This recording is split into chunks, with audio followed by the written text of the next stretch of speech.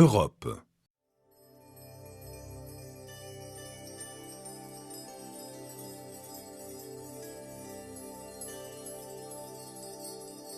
On raconte que Zeus s'éprit un jour d'une jeune princesse phénicienne, fille du roi Agénor, et qui s'appelait Europe.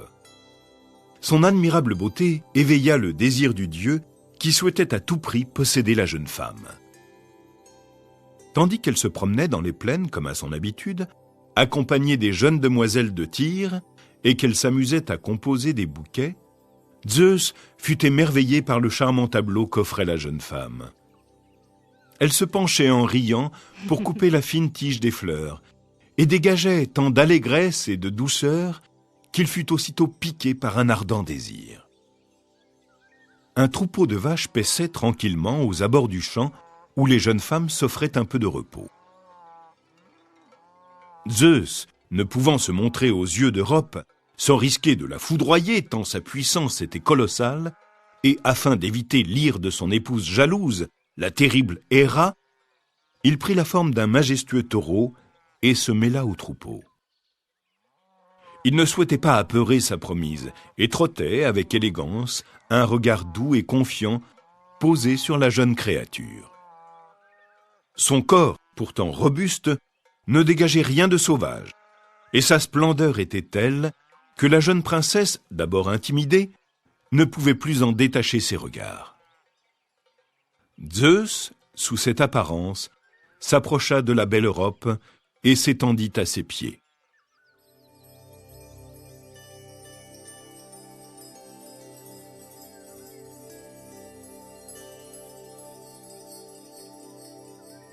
Flattée, la jeune femme se mit à caresser les flancs du bel animal et, rassurée par sa douceur, para ses cornes de guirlandes fleuries.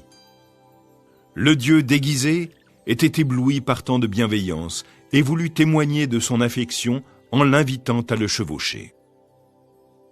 Il pencha sa tête et plia les genoux, les sabots contre sa poitrine, comme une révérence.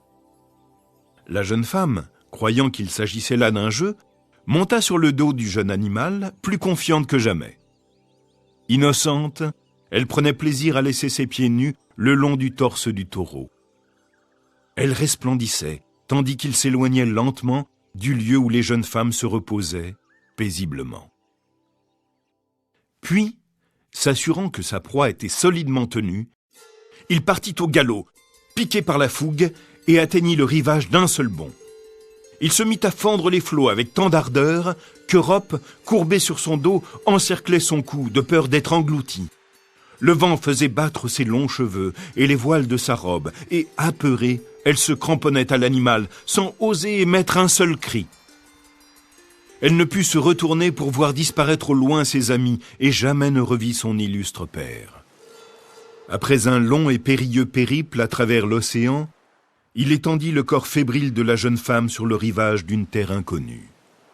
Épuisée, elle se laissa déposer sur le sable chaud.